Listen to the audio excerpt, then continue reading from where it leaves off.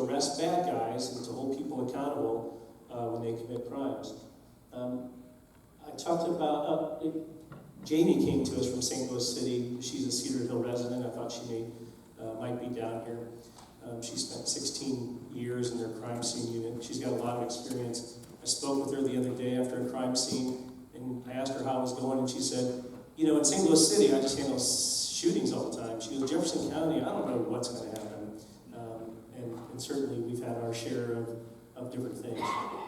How can we keep crime down in Cedar Hill or in Jefferson County? This is the single biggest thing that you can do, is to reduce crime, keep your garage doors closed, lock up some of your valuables, keep your keys outside. So many of our vehicles, 80% of our vehicles, 80% of our stolen vehicles are stolen with the keys in the car. You know, every couple of weeks on average, we'll have bad people either from North St. Louis County, or some of our own residents checking door handles and vehicles, and they're going to come up with a firearm. Excuse me, we've recovered those firearms in St. Louis City for shootings, homicides, etc.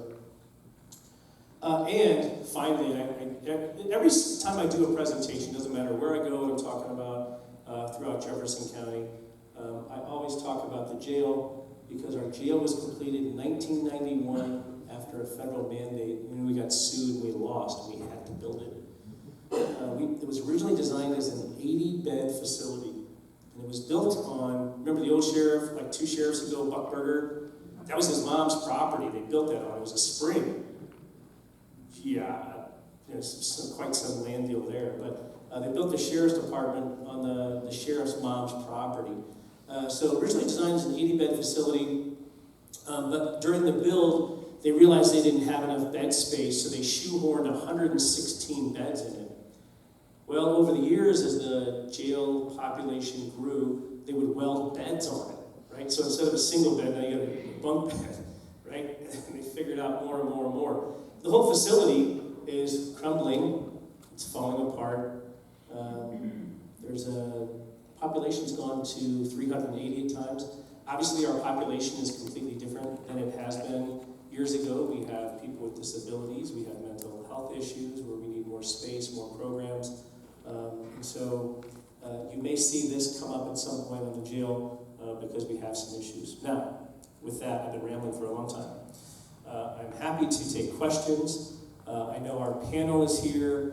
If there's something that I cannot answer for you, hopefully one of our members of our panel can, but I'm happy to answer questions and talk about some of the issues and some of the things that you're experiencing here in Cedar Hill.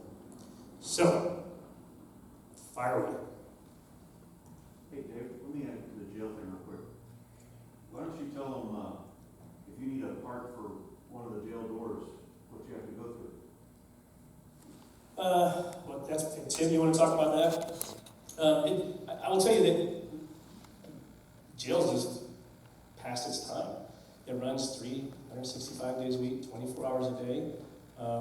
Everything that breaks it's a money pit.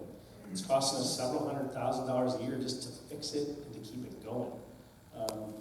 We spent, of our budget, $24 million, 20% of our budget goes to maintain the jail, to keep people locked up.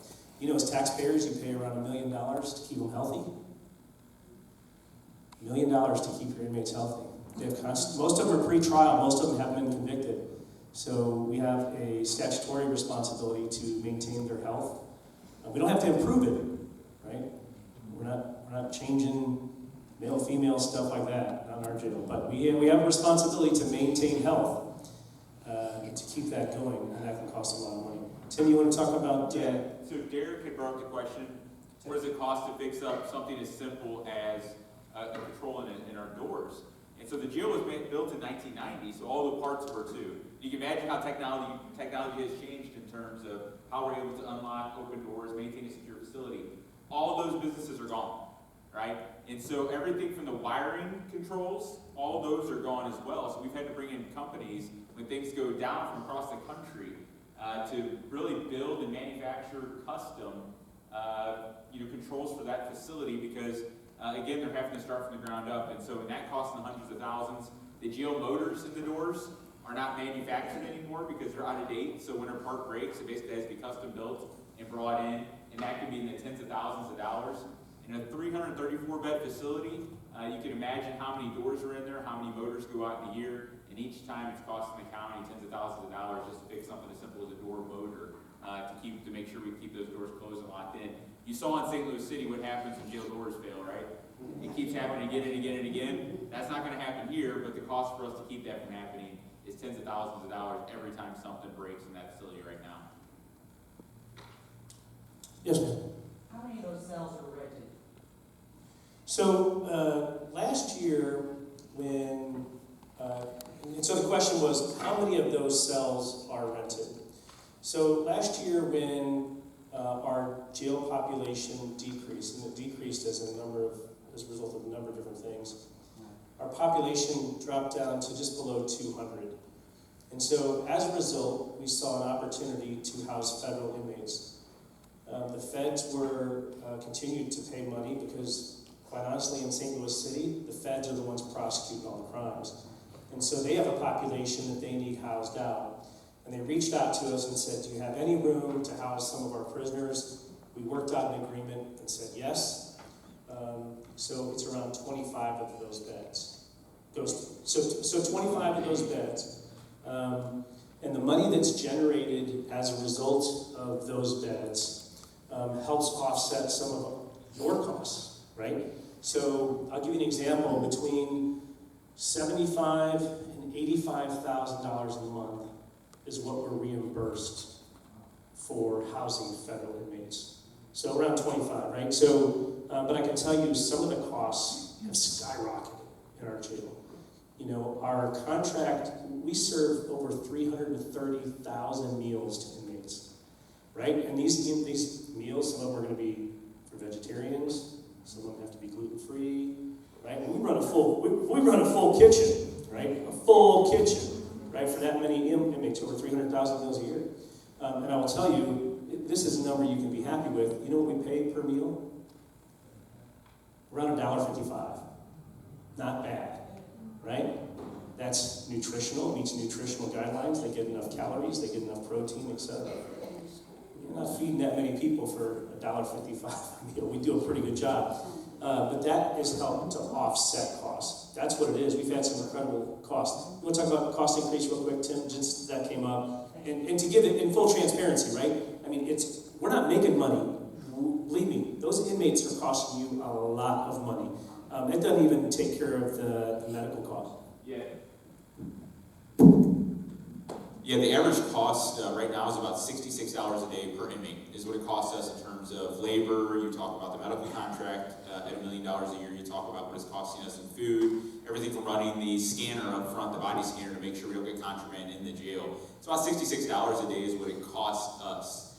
And so that number keeps increasing. So we talked about the medical contract. In 2017, when Sheriff Marshak first took office, it was costing us roughly $350,000 to $400,000 a year to provide medical for our jail. The contract for 2022 for the same contract is going to be over $900,000.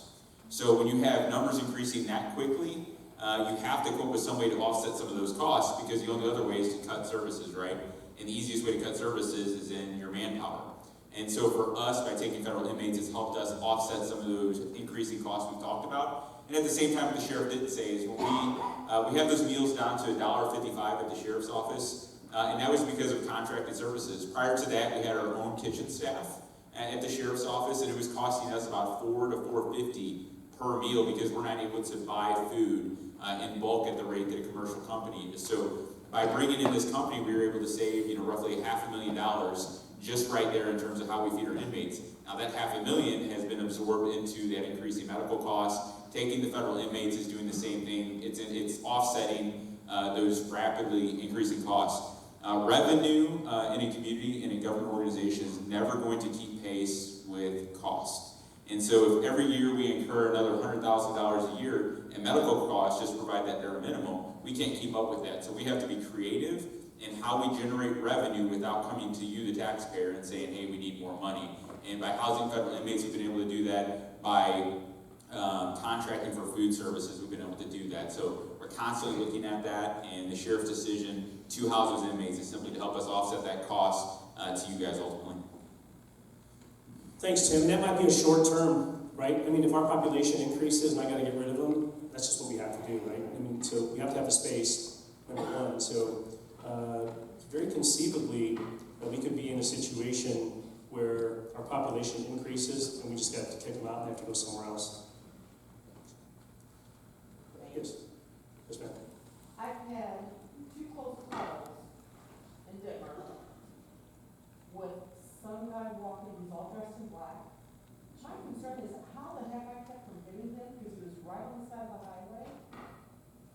We are getting a lot of individuals, dark dressed, you don't see them at night.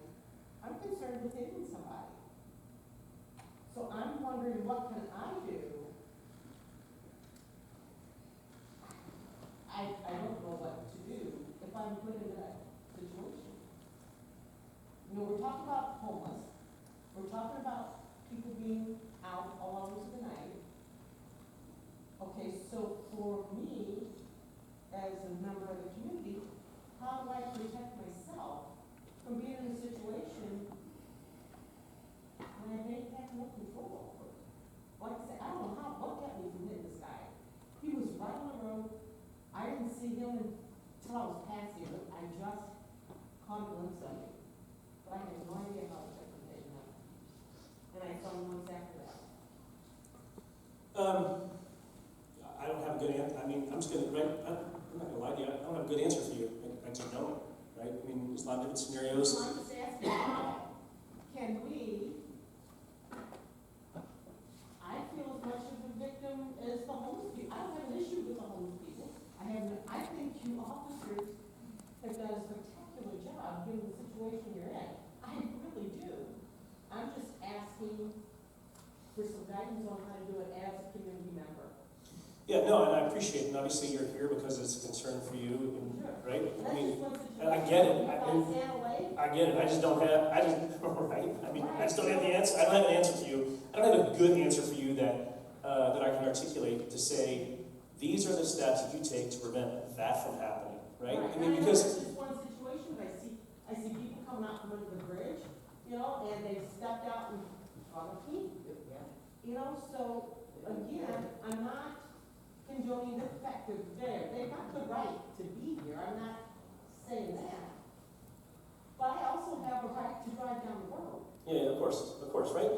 Just as they have, I won't say untethered, but just as they have constitutional protections to go about their business, you do as well. Right. You know, they're certainly putting themselves at risk, and you know, again, I'm not saying I have all the solutions. You know, I really see that need for that liaison with the sheriff's office and the homeless population to talk about these things.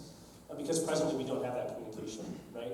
To talk about these things. Hey, when you do this, right, it's a problem for our community. It's a concern, right? Because most of them, right, absent some other circumstances, and I say most of them because there's quite a few of them in our county.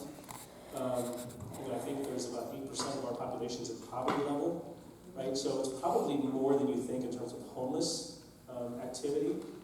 For us to really, I think, just moving forward, to have that liaison to talk about some of those things.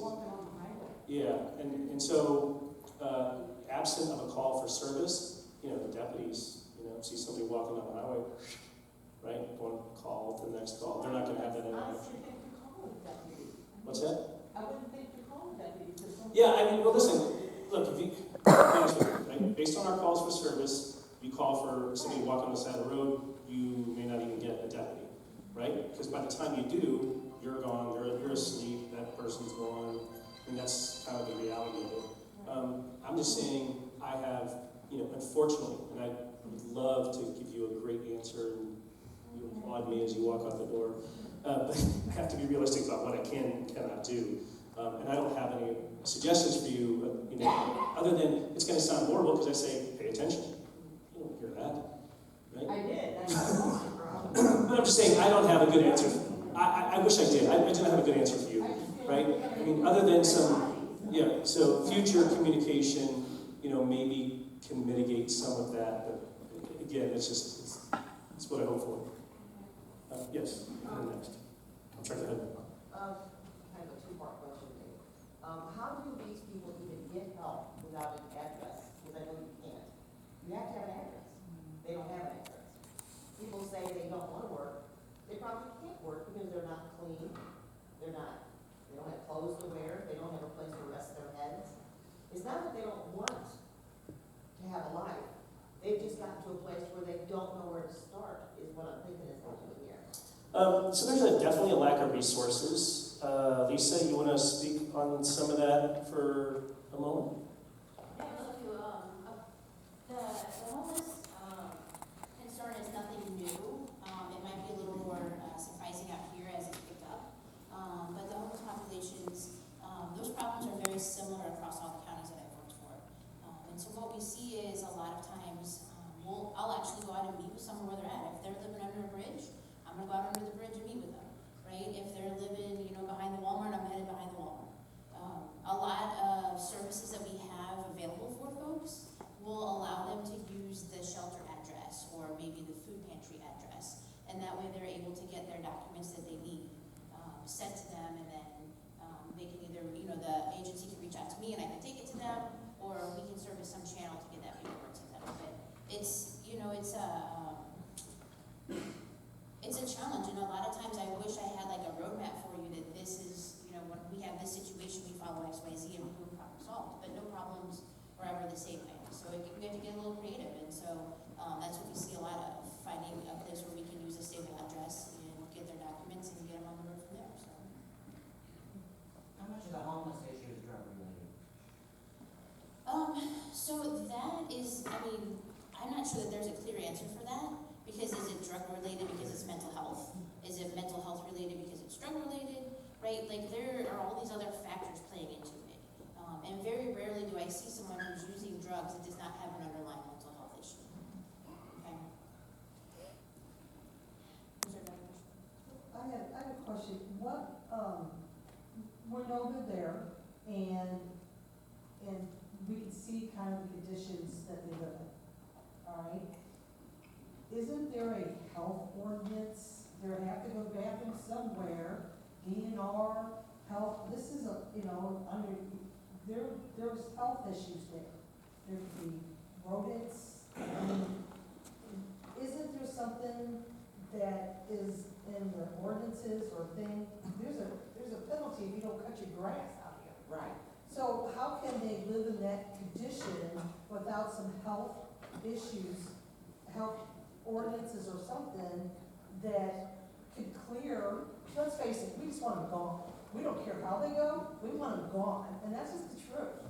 There's a lot of stuff I want, it just doesn't happen. I know, that's. Right? There's there's an ordinance for bad parenting, I'm gonna stand behind it, right? Well, I understand, but this is what we're here for, we just want them gone, if that's the truth. That's not, But it's not a crime before, but if there's severe health issues, we're worried about where our kids wear masks or living in filth.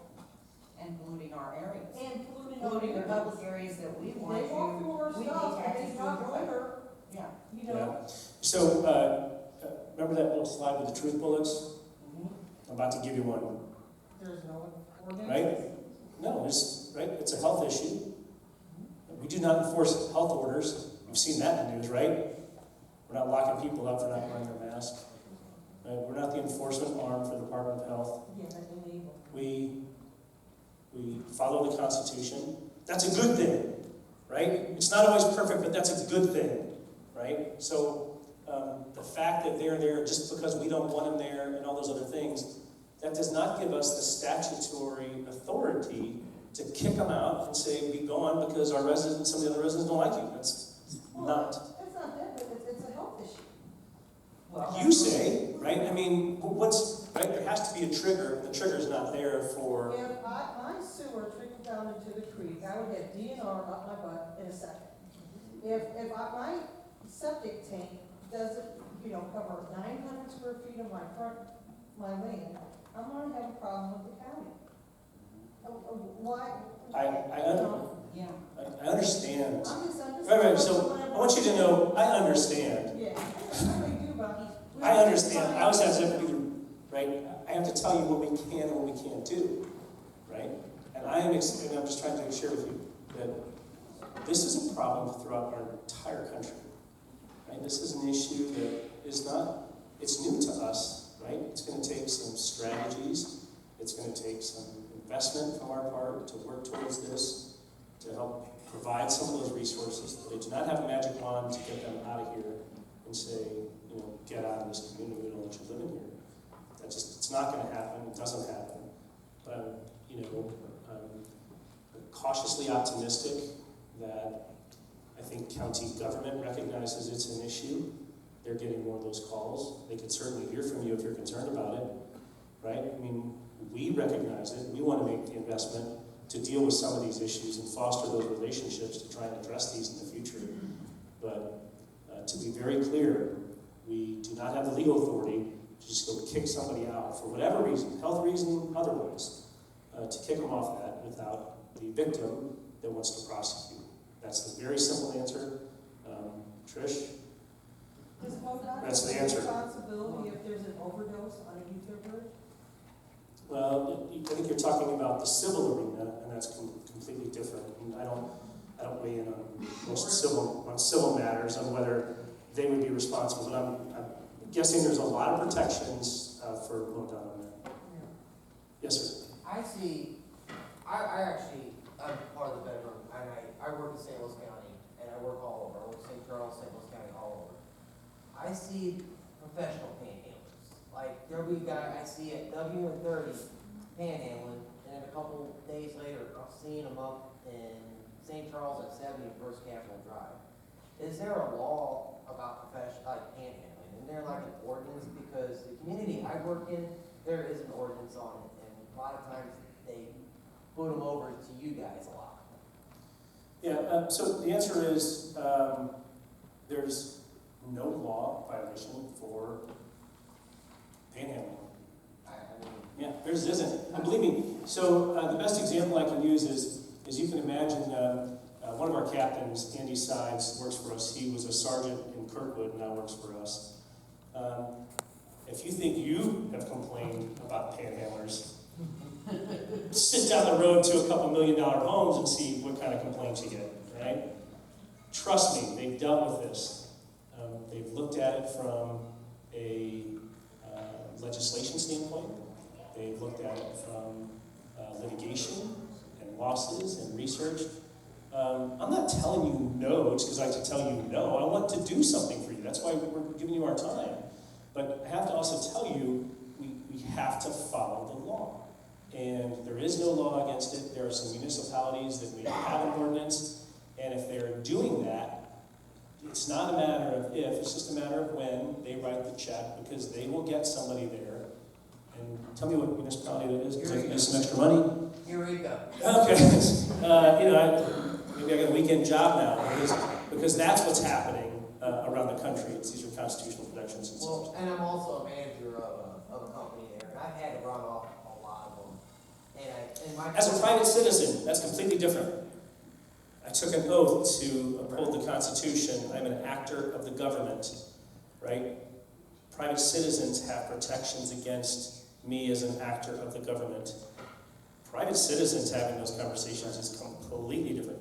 And in my company, they tell us we get phones that are in our trash cans overnight. And I've been told by my corporate company, you gotta boo them, you gotta boo them. And Eureka TD's usually pretty good about booing people out. Yeah. And again, private property, we have somebody who's willing to prosecute for trespassing is completely different. Correct. Yes, sir. I just want to thank you for coming out and making time for us. First of all, something you were talking about earlier, and I understand it's the biggest bottleneck we have with the bridge, is that MoDOT has a representative, or so they're a point of contact that we can reach out to, because you can't do anything, your deputies can't do anything because there's no victim. The victim is MoDOT. MoDOT is saying no. Who can we talk to at MoDOT, or where can we reach to at MoDOT, so that we can voice that, hey, we paid for this is property in our town, you guys are putting, our deputies' hands behind their back, and they can't do anything. this is a problem that needs to be addressed, and State MoDOT's a problem. Yeah, so what has to happen is MoDOT has got to tell them, yes, My question, ma'am, being is, who at MoDOT can use? I can't tell you. Google, go on MoDOT and start with somebody and then tell them and have them tell you, work your way up. We don't know MoDOT. Stay with Contacts? the. Yeah, although I don't, No good. Yeah, That's you- no good. just, start with MoDOT. But MoDOT's gotta tell them, we don't want them on there.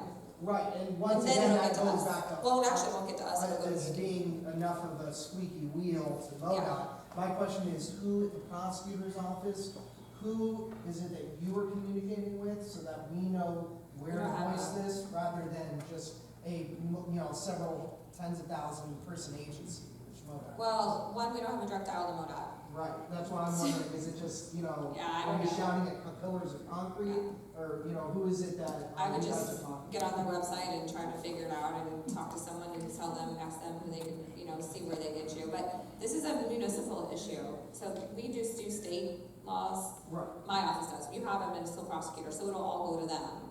So which is why we don't have a direct dial to MoDOT, but he probably doesn't either because it's not something, usually they're saying we don't care. So Right, when they say we don't care, none of us we don't talk to them. Right, that was my only question, if there's any point of contact that we could have so that we could start being a squeaky wheel for them. Yeah, I would just Because get on I their completely website. understand legally, there's nothing that the sheriff's office can do, or the prosecutor can do without the victim being involved. But they're not gonna care until you make it. So, I've been to other states where you have beggars that will literally dance in front of you and get real aggressive. There's a difference between aggressive begging and just normal handling, correct? Aggressive begging, they'll get in front of you, block you where you can't go. I've had issues in St. Louis City with that at times too, and in New York as well, when they'll get in the way and not let you move until you give them money. Is that technically right? There's a harassment statute. Right. So, if that happens, you can call law enforcement and make a report. I can't give you definites because every situation is You probably do a better job at Tim Gardner, by the way. different. Well, the fact that you got both of us up here, you have a prosecutor and a sheriff working together is pretty good for our county. Yes, ma'am, in yellow? I don't know if I'm saying this right, but why don't we all contact our representatives and ask them, come meet us, come have a town hall. We have issues. The sheriff's department has been here, they explained it, but we need to talk to them face to face. Maybe they can do more for us and more for you as the sheriff's department. I think it's a great idea, right? They work for you. But why don't we try to do that, all of us here tonight, contact somebody and say, somebody had this up, and let's get a hold of our representative. I think his name is. Shane Roden. Yeah, He's Shane. wonderful. I've talked to him many times. And so I will just tell you that I think number one, it's a great idea, right, to have communication with your state rep. The other thing is, I think, for change to happen, you have to be active and engaged, and to bring light to issues, because that's how you make change. Your concerns online brought me here to you tonight, because otherwise, if I host a town hall, oftentimes we don't get great participation. But I think that can really help facilitate some change, and so I encourage it. And the same thing at the county level, the county government level. I know our county council members are very willing. Matter of fact, three of them gave their night off tonight to be here to talk about this. Yes, ma'am. is there anything so I know a lot of people just want to run the homeless off, and that's not possible. Is there anything that as a community we can do to volunteer to help your organization help these homeless people get back on their feet? And Lisa, this is kind of to you maybe, or, is there anything that we can do to support you to solve this problem as a community? Yeah, donate resources, donate, services to the food pantries and the shelters We and, can't hear you. There you go. At least they can hear you. Some people are recording. So. and then you said using a microphone. you know, use that time and use that effort, that resource. If you have the funding available, donate to those food shelters, donate to those food pantries. You know, we're all, just like the stat showed earlier, everybody is kind of stretched thin, right? And so we're all pulling from these same resources, and I might call the same shelter 15 times in one day to get someone, a different person's services, right? So we're all kind of in this bucket together. Yeah, and I moved here like a month ago, and so if you have like specific places that you could even like, you know, throw out a couple names of places, or these shelters or places that you go, like, I'm happy to help too, so. Yeah, right here in Cedar Hill, there's a peace pantry.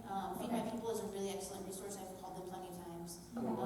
As far as like homeless shelters, there aren't a lot out here in the county. A lot of times I'm sending folks into St. Louis to get just a night to sleep, right? So, but yeah, when those things come up, you know, dive in wherever you can. Thank you. It certainly would be very helpful. Yes, sir, I'm trying to go back to, I guess, the beginning of your presentation. Maybe I misunderstood. Was you saying that we only had like 16 cars rolling for all of Jefferson County tonight? That's correct. The question was, what's the manpower this evening? I looked at the shift lineup between training, military leave, vacation time. There were 16 cars out this evening.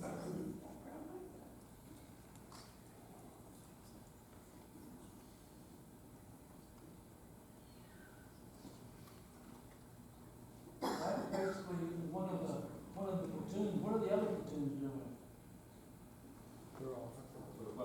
They're sleeping. You have to have 4 separate platoons to manage 24-hour day coverage. So you do it in 12-hour blocks. So you have to have 4 platoons, so only one platoon works at a time.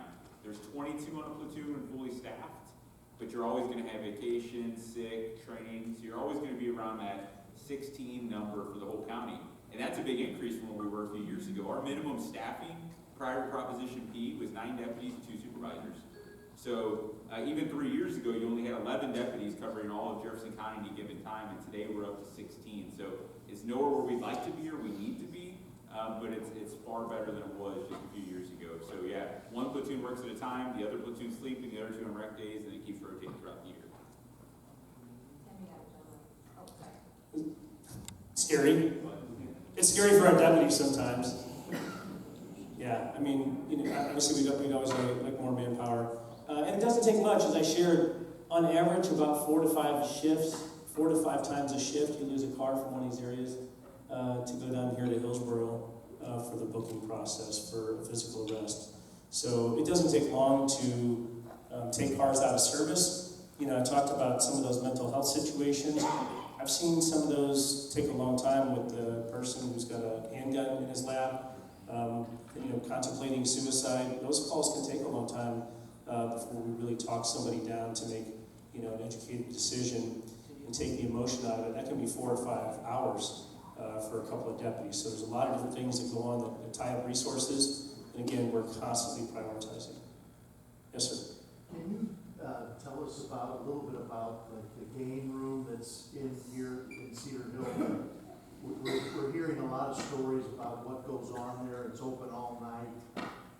And then what responsibility, if any, do like service stations, the gas stations have with loitering and people that she got approached at NN and 30 at that gas station, and one guy approached her and another one came around the end of her car or her truck, and she called the gas station and they just said, there's nothing we can do about it. Well, and that's private property, right? I mean, it's something that if, you know, as a customer, right? If I'm a customer, I would tell the business, look, I use your business, right? I shop here with fuel, convenience, whatever.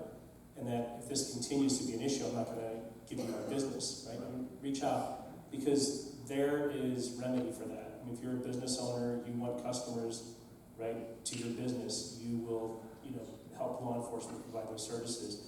Because if a business is willing to sign a complaint, that gives us the authority that we need to take action. Make sense? and then that game room, and then there's a liquor store that they got certified as a convenience store, and there's gaming that goes on in there, and you see people there at 2 and 3 in the morning. Yeah, there's no law violation, that's really what it comes down to us. I mean, that's what we do, right, we're law enforcement, so there's no law violation, as it stands over there.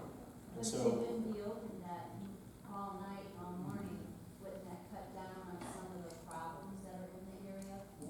Yes. and so that would be something, I know that's not your You wanna comment on that? responsibility, how the fact that. huh? Yeah, did you hear that? I understand, but it's set out. Okay, here, this is your council member, Vicki James, I'll give her an opportunity to speak here. I understand your frustration. I live here too. I live right around the corner. I've had some issues too at my home recently that I haven't had. When you go to address these things, though, it's a private business. They set their hours.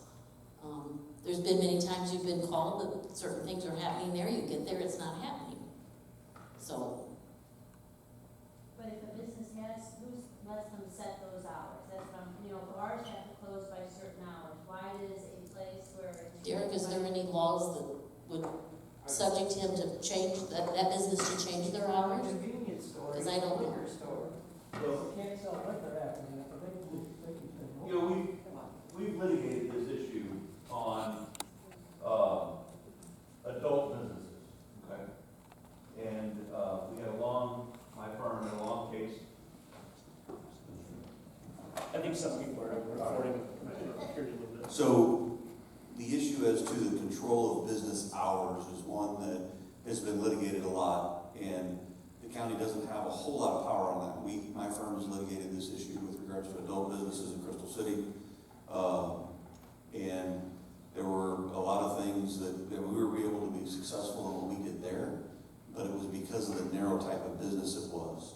There is no real ability on the liquor stores or so on right now in the state of Missouri for them to do that. I think that if the council were to pass laws there, it just get struck down as unconstitutional. So they don't have a lot of power to control those hours. They're gambling. They are gambling in there. That's, I mean, I've seen this thing with Springfield, their state troopers, they said, we're not doing this anymore. And they started shutting these places down because that is illegal gambling. And how are they getting by with illegal gambling in these public places? All of them. I'm not just there, but I'm talking What's about that? gambling. Yeah. Those up. Because I think that's I'm what's familiar with drawing it. a lot of people in there in the night is all this gambling, We've sought several different legal opinions on these machines that are popping up at gas stations, convenience stores, everywhere.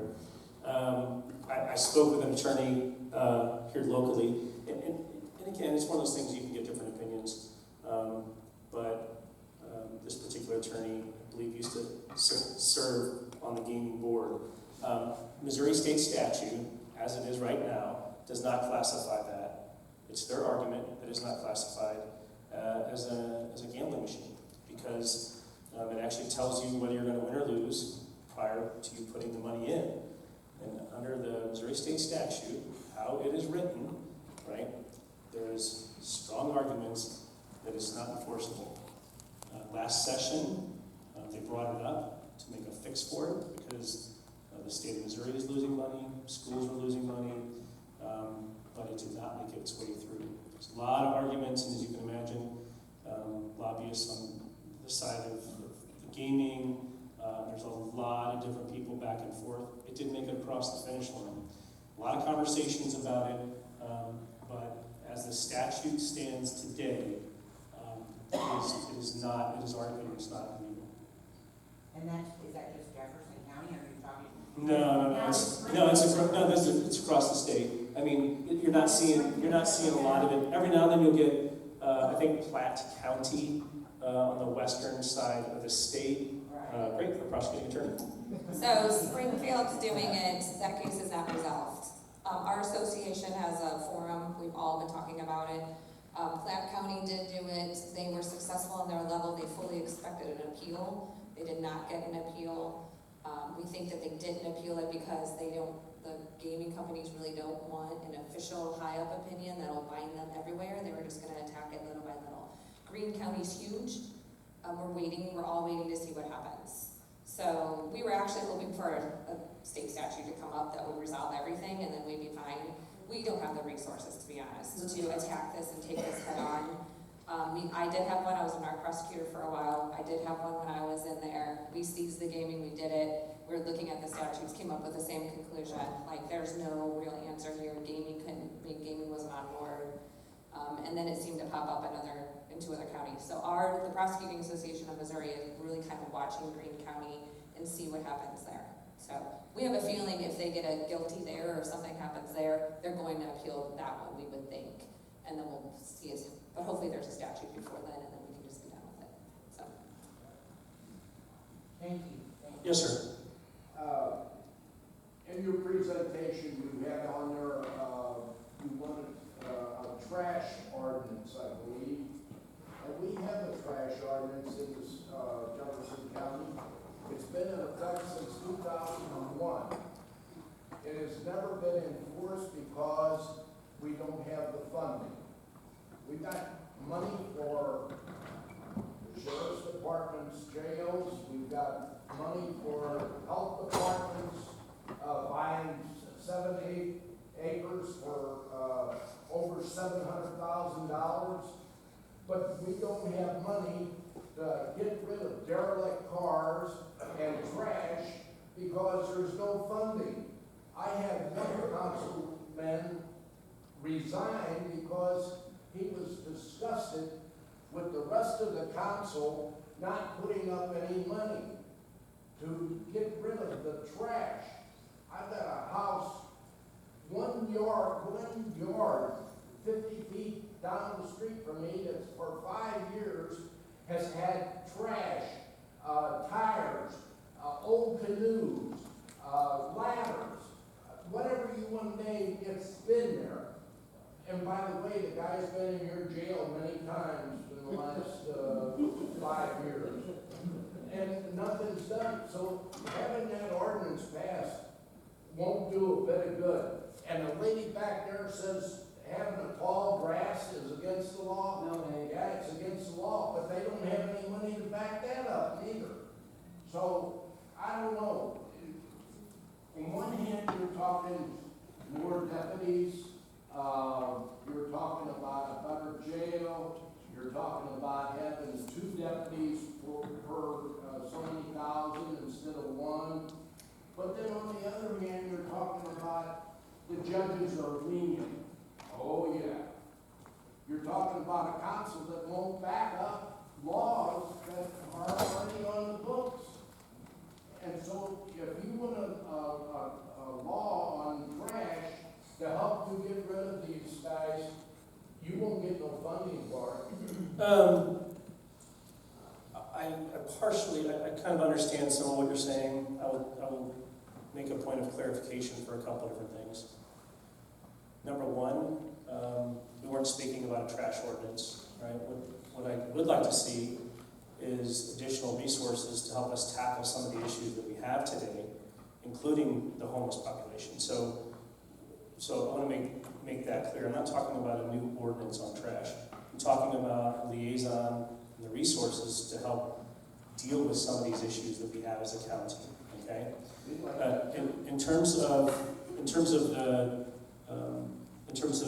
the cooperation, I would defer. There's several members of the council here that worked with Jim Terry when he was here for a long time. So I will tell you, I don't believe that our council is. I think everybody has an opinion, right? But I don't think it's dysfunctional. Our county government is getting stuff done.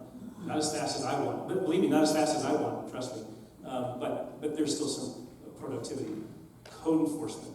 I'm not responsible for code enforcement. We have worked with code enforcement to address some of those issues, right? We've addressed so many quality of life issues around Jefferson County.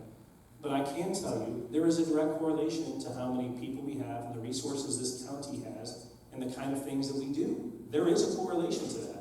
So would I like more resources? Yes. And so it's not one hand or the other. I'm telling you, if we have more resources, we address more issues. I know you don't like it. No, but this law has been on the books since 2001, and I'm sure the council passed that law knowing that we needed it. Yeah, and I can just tell you from a historical perspective, I've dealt with quality of life issues in the past. There are some pieces of property that are grandfathered in because I went above and beyond to try to clear up some pieces of property. But I would really, code enforcement, that's more in their arena than, so law enforcement, we do not do trash complaints. I mean, so I wish I had brought somebody from code enforcement to kind of maybe answer some of your questions. I'm sorry. Yes, yes, ma'am. Oh, sorry, council. Yeah. I can talk a little bit about what they call solid waste, okay? That's what you see, that's what trash is when it's on the ground.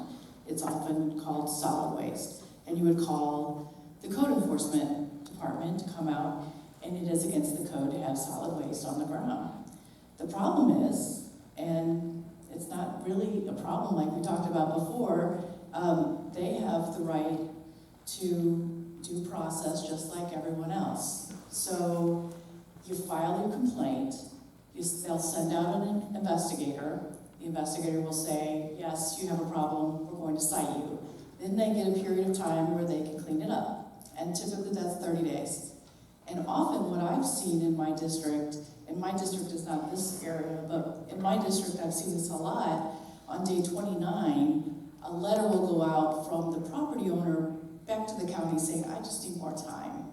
And they'll, for whatever reason, and they'll give them more time. And this will happen for a period of about, up to a half a year sometimes, okay? Then, if it's, then the code enforcement will say, okay, we're not gonna give you any more extensions. So that extension runs out. Then what happens is they get a ticket and a summons to go to court. Well, that'll take some time, and then they go to municipal court, and then they might get a fine.